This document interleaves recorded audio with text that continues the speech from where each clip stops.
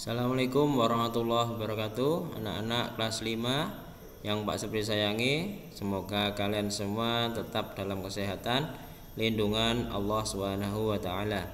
Kali ini anak-anak kita akan belajar tentang materi tematik masih di tema 7. Khususnya subtema 1, peristiwa kebangsaan pada masa penjajahan. Iya, seperti yang sudah kalian pelajari kemarin, bahwasanya setelah peristiwa penaklukan Konstantinopel, ya, bangsa-bangsa Eropa Barat, Inggris, Prancis, Belanda, Portugis, Spanyol melakukan penjelajahan samudra. Pada awalnya adalah mencari sumber dari rempah-rempah. Namun mereka juga memiliki 3G, semboyan 3G, yaitu Gold, Glory, Gospel, ya. Gold yaitu keinginan mencari kekayaan sebanyak-banyaknya yang mereka dapat dari tempat-tempat yang mereka singgahi. Jadi tempat-tempat yang mereka singgahi awalnya mereka berdagang dengan para penduduk lokal, mencari barang-barang yang mereka perlukan, mereka angkut dengan kapal mereka jual di Eropa dengan harga mahal, mencari kekayaan sebanyak-banyaknya. Kemudian glory yaitu keinginan mencari kejayaan dengan mencari tanah jajahan seluas-luasnya. Pada awalnya mereka memang berdagang, membeli barang-barang rempah-rempah dari para penduduk lokal. Namun lama-kelamaan mereka juga ingin menguasai daerah tersebut untuk dijadikan tanah jajahan mereka. Inilah yang disebut dengan glory. Yang ketiga adalah gospel, yaitu keinginan menyebarkan agama, khususnya agama Kristen atau Katolik, karena pada saat itu di Eropa memang agama Kristen atau Katolik yang mayoritas menguasai, yang mayoritas dipeluk oleh masyarakat Eropa. Mereka berkeinginan menyebarkan agama Kristen atau Katolik ke seluruh tempat yang mereka singgahi. Oke anak-anak, selanjutnya kita bahas tentang Verenigde de Oost-Indische Compagnie atau biasa disebut dengan VOC, yaitu perusahaan dagang milik Belanda. Dibentuk setelah 2 tahun kedatangan Belanda, yaitu pada 20 Maret 1602. Pada awalnya pemerintah Belanda atau tentara-tentara Belanda lewat kapal-kapal mereka singgah di Banten dan meminta masyarakat Banten untuk menyediakan banyak sekali rempah-rempah. Namun ternyata pembayarannya tidak sesuai dengan yang diharapkan, sehingga masyarakat Banten menolak. Dan Belanda pun pergi sambil menembaki pelabuhan Banten. Beberapa tahun kemudian Belanda datang lagi ke Indonesia dengan bersikap sangat ramah, sehingga masyarakat Indonesia juga menerimanya dengan senang, dengan ramah juga. Lalu terjadilah transaksi jual beli, ya, semakin lama semakin intens dan banyak sekali pedagang-pedagang dari Belanda yang datang ke Indonesia untuk membeli rempah-rempah, sehingga antara pedagang-pedagang Belanda sendiri terjadi persaingan yang lumayan hebat. Terkadang sampai membuat harga-harga rempah-rempah melambung tidak menentu. Atas kejadian ini maka dibentuklah VOC, yaitu Persatuan Dagang Masyarakat Belanda, atau pedagang-pedagang yang berasal dari Belanda membentuk sebuah organisasi perdagangan, antara lain untuk menghindari persaingan dagang antara pedagang Belanda sendiri, selain juga untuk memperkuat kedudukan Belanda dalam menghadapi persaingan dengan negara lain.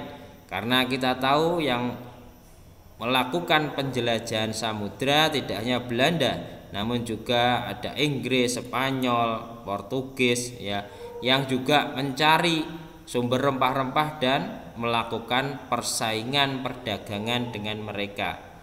Dan tujuan yang lain adalah juga melakukan monopoli dagang di Indonesia.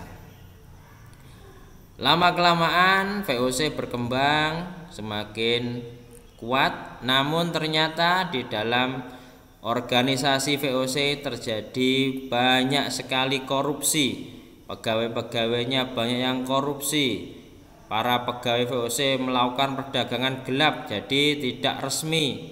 Nah, terus Belanda ya juga atau VOC juga mengalami kalah persaingan ya dengan Inggris dan Prancis dalam perdagangannya, sehingga mereka juga mengalami perang dan kalah, sehingga butuh banyak biaya untuk ya perang tersebut.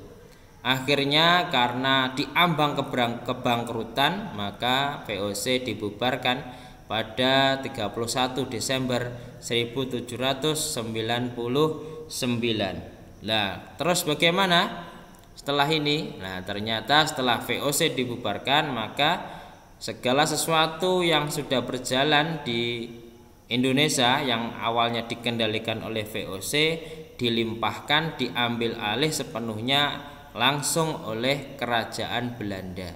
Jadi bedanya kalau VOC itu adalah organisasi persatuan dagang, para pedagang dari Belanda, kalau kerajaan ya berarti langsung negaranya. Jadi langsung diambil alih oleh negara setelah VOC dibubarkan.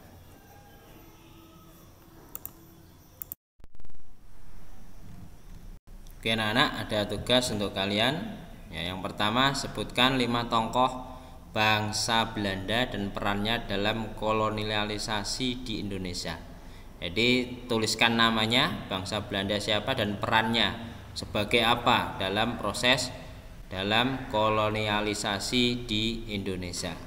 Yang kedua, sebutkan 10 tokoh pahlawan Indonesia yang melakukan perlawanan terhadap kolonialisasi Belanda dengan berperang ya, dengan berperang, dan sebutkan pula asal daerahnya. Yang ketiga, sebutkan aturan-aturan dalam sistem tanam paksa. Dapat kalian cari di LKS kalian. Oke, selamat mengerjakan. Oke anak-anak, setelah Belanda melakukan perdagangan dan monopoli perdagangan di Indonesia dan juga menjadikan rakyat Indonesia pekerja-pekerja mereka, banyak ketidaksukaan, banyak ketidakpuasan dari masyarakat Indonesia saat itu terhadap Belanda maupun Portugis yang datang di Indonesia, sehingga menyebabkan banyak terjadi perlawanan dari rakyat Indonesia saat itu terhadap Portugis maupun Belanda. Di antaranya adalah perlawanan rakyat Demak. Demak pernah mengirimkan armada untuk menyerang Portugis yang berada di Selat Malaka. Kalau sekarang masuk wilayah Malaysia, Malaka itu. Karena Malaka adalah jalur strategis pelayaran pada saat itu dan dikuasai oleh Portugis, sehingga menurut Demak, Portugis mengancam keberadaan Nusantara, maka rakyat Demak menyerang ke Malaka dipimpin oleh Adipati Unus, yaitu seorang anak raja dari Raden Patah. Selanjutnya ada perlawanan rakyat Aceh ya, sama dengan Demak. Aceh merasa terancam dengan keberadaan Portugis di Selat Malaka karena jalur perdagangan yang strategis, sehingga Aceh juga melakukan penyerangan terhadap Portugis di Malaka dipimpin oleh Sultan Alauddin Riayat Shah pada tahun 1568. Perlawanan rakyat Ternate Ternate kalau kalian tahu sekarang masuk wilayah Provinsi Maluku Utara. Ini juga menyerang Portugis ya yang ada di sana, karena Portugis menggunakan siasat licik ya, sehingga perlawanan yang dilakukan oleh Sultan Hairun dari Ternate mengalami kekalahan karena Sultan Hairun ditangkap dengan alasan awalnya adalah diajak berunding, tapi tiba-tiba ditangkap oleh Portugis. Itu anak-anak 3 contoh perlawanan bangsa Indonesia, rakyat Indonesia terhadap Portugis. Sebenarnya masih ada lagi yang lain, tidak hanya itu, tapi kita sebutnya 3 aja dulu. Selanjutnya perlawanan terhadap Belanda. Ini sangat banyak, kita pelajari beberapa ya. Yang pertama ada Sultan Hasanuddin dari Makassar ya, yang terkenal dengan julukan ayam jantan dari timur ya, Sultan Hasanuddin dari Makassar. Kalau sekarang Makassar itu adalah ibu kota Provinsi Sulawesi Selatan ya. Itu juga melakukan peperangan dengan keberanian yang luar biasa terhadap Belanda yang ada di sana. Selanjutnya ada Sultan Ageng Tirtayasa ya dari Banten. Banten adalah daerah di wilayah barat Pulau Jawa. Selanjutnya ada pahlawan Patimura dari Maluku. Pada tahun 1817 Patimura melakukan perlawanan terhadap Belanda yang ada di Maluku. Namun Patimura kemudian ditangkap dan dihukum mati pada 16 Desember 1817. Selanjutnya yang luar biasa juga ada Pangeran Diponegoro dari Yogyakarta melakukan perlawanan terhadap Belanda yang dikenal dengan sebutan Perang Jawa. Belanda sampai kewalahan melayani peperangan yang dipimpin oleh Pangeran Diponegoro ini. Namun juga akhirnya menggunakan siasat licik. Pangeran Diponegoro diajak berunding, namun akhirnya ditangkap oleh Belanda. Selanjutnya ada Tuanku Imam Bonjol dari Sumatera Barat, Minangkabau ya, merupakan pimpinan dari kaum Padri, disebutnya kaum Padri, juga melakukan perlawanan terhadap Belanda. Bahkan Tuanku Imam Bonjol memimpin rakyat Sumatera Barat melawan Belanda selama 15 tahun, waktu yang cukup lama ya. Selanjutnya ada Perang Aceh. Ya, selain juga Aceh pernah menyerang Portugis di Malaka, ternyata Aceh juga pernah bahkan sangat sengit berperang melawan Belanda. Selanjutnya ada Sisingamangaraja ke-12 dari Tapanuli.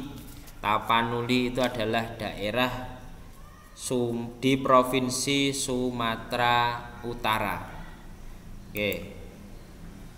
Yang terakhir adalah ada Pangeran Antasari dari Banjarmasin. Banjarmasin ada di Kalimantan Selatan. Ya. Pangeran Antasari memimpin perang Banjar pada tahun 1859. Dibantu oleh Pangeran Hidayat. Itu anak-anak ya, beberapa contoh, beberapa peristiwa perlawanan dari masyarakat Indonesia terhadap kaum kolonialis, khususnya Portugis dan Belanda.